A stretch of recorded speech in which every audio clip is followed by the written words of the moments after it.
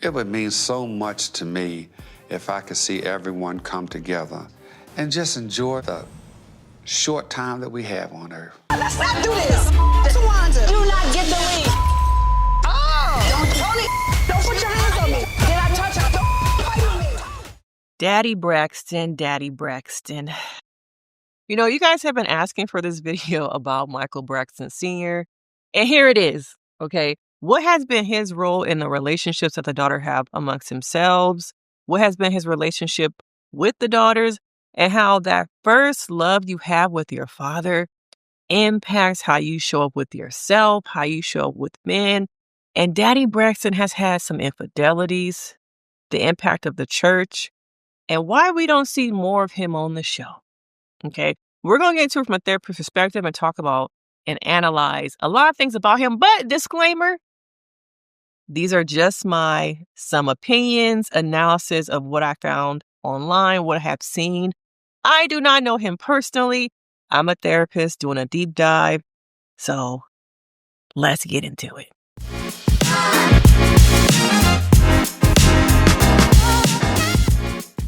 If you are new here, I'm Denise Brady. I'm a licensed marriage and family therapist who has watched the Braxtons since Braxton Family Values, since they were on that show with Ayanla. Okay, not Fix My Life, but Starting Over. Who remembers Starting Over in the early 2000s? Raise your hand in the chat right now, okay? But make sure you guys also hit that like, you subscribe, you do all the do to support this channel. Now, all season long, y'all have been enjoying and loving the Braxtons and these videos. But what happened with Daddy Braxton? How is it that he's been able to, some might feel, escape the spotlight? Escape the scrutiny? Do you guys feel like there's more scrutiny and criticalness of Miss Evelyn, Miss E, more than we see of Daddy Braxton? Now, from what we know, he was the lead of his church, the head of the church. And through that church relationship, he was involved in some extracurricular activities. Okay? So much to the point that he left Evelyn for Evelyn's friend, another member of the church. And I wonder how much that has impacted the girls' relationship with men, watching their father be the head of a church and supposed to portray one role, but deep down, he was sleeping with a woman from the church who was also his mother's friend. That infidelity trauma that I think is still holding on there with Evelyn, and I think has impacted their relationship with him also. We really don't see much of him, and I think that's on purpose. Okay, I really think that's on purpose.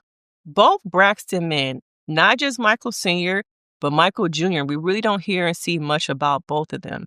And I wonder how the men's relationship with the sisters, with their wives, especially Michael Braxton Jr., there's not a lot about him online. And the stuff we do hear about him is through bloggers, not even his own daughter, because, oh yeah, he sent her a cease and desist. Okay. But these parents have modeled unhealthy relationships. The Marion that they saw as a child, Daddy Braxton, Evelyn Braxton, it has poured into what? Each of these children. And I think each of them have different issues related to the relationship with their father.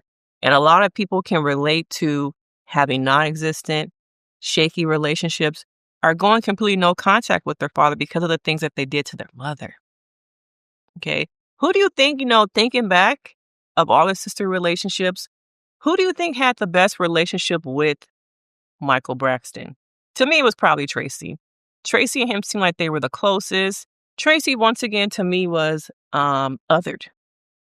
Okay, she wasn't treated and respected the same way. Probably also one of the reasons is because she had a relationship with her father. And so much of the angst between these sisters has come from the head.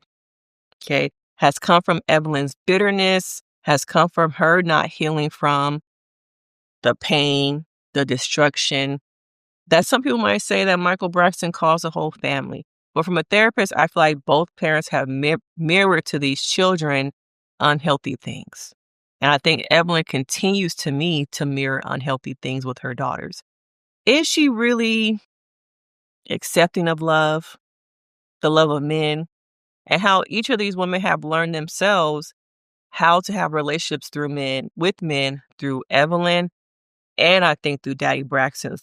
The parents have really spilled down their trauma into each of these sisters. When children learn that parents are unhealthy, they mirror unhealthy dynamics to their children, that creates instability. That first love from your parents, that nurturing you got or you didn't get, those first 5 years of your life are so important. It dictates your personality, how you see yourself. Learning, at 3 years old, you have a shadow. Learning at 4 or 5 years old as you go into kindergarten and school that the way you say things affects other people, that you exist in a world and that the world does not revolve all around you at times. And through the things you have seen, learned, love, loyalty, emotional safety, once you get into them school years, you're going to reflect that into the relationships you develop early on. That emotional attachment, security, for some of y'all, insecurity. Yeah, a lot of people are insecure about those family relationships and they pour that into their relationships as they grow up. I think through observing these sisters and people probably watching this video have learned maybe between the relationship dynamic between their parents that love equates to betrayal.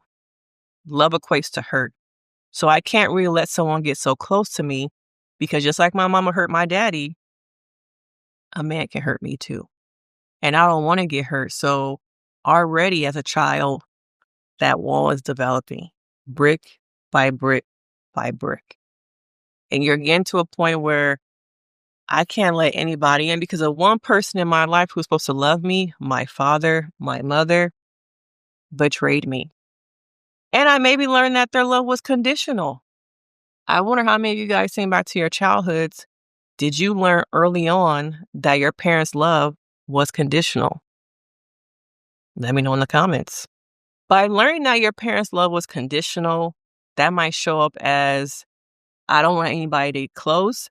But then also the other side of it is learning that the love was, it might hurt you, can also make you second guess against somebody getting close.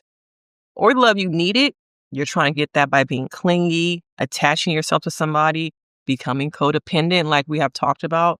And that is also how some of these things really sit with you. Your body keeps the score. Just as much as your brain does, your body remembers the love you missed, the love you needed, and how that impacts how you allow partners, friendships, and you make decisions for yourself as you move through life. Let's talk about how it affected Toni first. Toni had to take on the responsible role, in some ways, head of household. It stole a lot, probably her childhood and her innocence.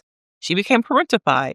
She had to take on that role of somebody has to help mommy. Somebody has to help with these kids. As my daddy is out there in the streets, at the church, as my mom is trying to figure it out, I have to step up. Okay.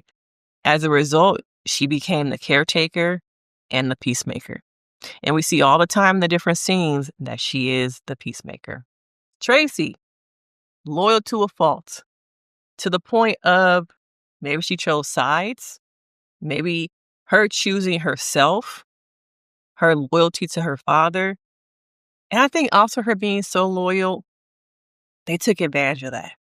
We just saw over and over again how they never really valued Traci. And I always say, Traci was that gorilla glue. And we don't need this show because without Traci, the essence, the brand, even though Toni and Tamar are the face, the essence of the brand is missing. Her soul, it does not feel like, it doesn't feel like it's at peace because we see the dysfunctional dynamics and her want to keep her legacy going. Was it like this?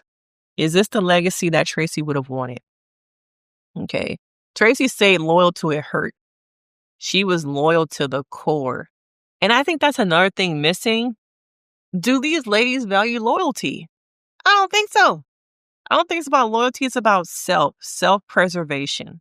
And you see that in families, sibling relationships, where the main focus of the family was to survive. They've been functioning out of survival mode for so long that all they know is self-preservation. I don't even think that they've seen from their parents it be mirrored to thrive. Other relationships close to them, family members, what it looks like to thrive. Because everyone around them feels like they're in survival mode. Even in your own family, whether aunts, uncles, did they mirror to you thriving? Or did they mirror to you just purely surviving? Now, Towanda, I feel like at times she's attracted to control. She's attracted to emotionally immature men, unstable men at times. What do we really know about her new husband? What do we know about Sean? She parades, I'm engaged, I'm going to be a wife. But how does he provide you with security? Does he mirror your daddy? Because did Daddy Braxton provide you with security? I don't think so. And I think we're seeing the same thing. Okay. We see the same thing with Trina, the codependency, the cleanness. Okay. Codependency and the oversharing of responsibility. It's up to me to protect Vaughn. It's my responsibility to know what's going on with you in the doctor's appointments. Because who am I if I have nothing to care for? Okay. Trina had the opportunity with bar chicks, with her band. It's good to see her going into real estate. I hope she continues with that because it seems like it makes her happy. And it's good to see her without Vaughn. Because whenever we see her on social media, YouTube, Instagram, who right by her side? Vaughn. Okay. And I think when she first got married, we all had this idea of like, not all, maybe some. I won't put that on y'all. Some of us had the idea of like, oh, this is a healthy marriage. Finally, somebody who really loves her, sees her. But some of y'all feel like he just another Gabe. Okay. I ain't say it, y'all did. Okay. Y'all seem like y'all saying she tolerates things she shouldn't. Does he emotionally support her? Or is he another person leeching or using her? She often takes on the emotional labor of her partners. She's still doing it for Gabe. Quiet as it's kept. She's doing it for Vaughn. But we really don't see Trina just be Trina. She is a product to me of, once again, her father's behaviors and the dysfunctional dynamics of her parents. Over and over again, we see that. And then we have Tamar, the fear of abandonment. The fear of abandonment. She just wants to be accepted by her sisters. But will that ever happen? Because for so long, I feel like Tamar has been the scapegoat. Yes, I do believe her behaviors, actions have contributed to a lot of things. Okay, I could say that. I see that. But I think for so long, she has been labeled the identified patient, the identified problem in the family. And unfortunately, that has really rolled with her. Okay, but this season 1 and season 2 of the Braxtons, we have seen, oh, maybe it's not Tamar. Maybe it's somebody else being a puppet master. And maybe it has been okay to shield Towanda from being seen because people have focused for so long on Tamar's behaviors. Her behaviors have been at the forefront. And that has been a distraction from what a lot of people are finally starting to see. That the problem is Towanda. And I think sometimes we use the term daddy issues as a joke, but it's really attachment theory. Okay, your relationship with your father affects anxious attachment style, avoidant attachment styles, dysfunctional. All these things affect your relationship with other people. It comes from the top. It starts at birth. What was the system you were born into? Was it meant for you to thrive? Or were you born into a system that was only there for you to survive? Did your parents heal from their own stuff? What were your parents going through while you were being birthed, during your conception? Was it a happy conception? Was it a surprise? What was your mama going through? Okay. Now, let's also, as we come to the end of this video, what are the ripple effects of those romantic partner connections? Look at the relationships these sisters have with men. Emotionally unavailable, unstable, insecure. A lot of the men are not financial providers. The list goes on and on. Tolerating mistreatment. choosing partners that replicate familiar family wounds, confusing dysfunctional with passion, stepping into the caretaker role. All these different things we have seen the sisters absorb and become their identities. Who are these sisters outside the romantic connections that they choose? Men become the forefront of all of these women's lives. How are we getting to know them outside of it? And I've said I would watch a spinoff of Tamar on her healing journey. She's entertaining, throwing some of her real friends from ATL. And let's just see who she is outside relationships. Okay? But Towanda and Trina, I'm not watching that shit. Okay? I'm not watching that. All right? But I want you guys to think about your own father relationships, daughter dynamics, brother dynamics. How has the mirroring, the relationship your father had with you, didn't have with you, had with your mother, still has with your mother, how has that really affected you? Do you notice how their relationship and what they mirrored filters into how you see yourself, how you show up in relationships? I think that Michael Braxton, along with Evelyn, neither one of them is someone we should point one finger at. It's both of them. Okay? Having those parental relationships that each person was involved in their self. Self-preservation was at the core. Surviving was at the core. And how that mentality, that being at the forefront, really did filter down into the relationships these women have with themselves and these relationships that they have with men. Okay, but let me know your thoughts. Do you have a fear of abandonment? What's your relationship like with your own family? Through these videos, are you learning about yourself? Okay, what do you learn about yourself? Okay, and do we need another season of the Braxtons? Okay, do we? Let me know in the comments.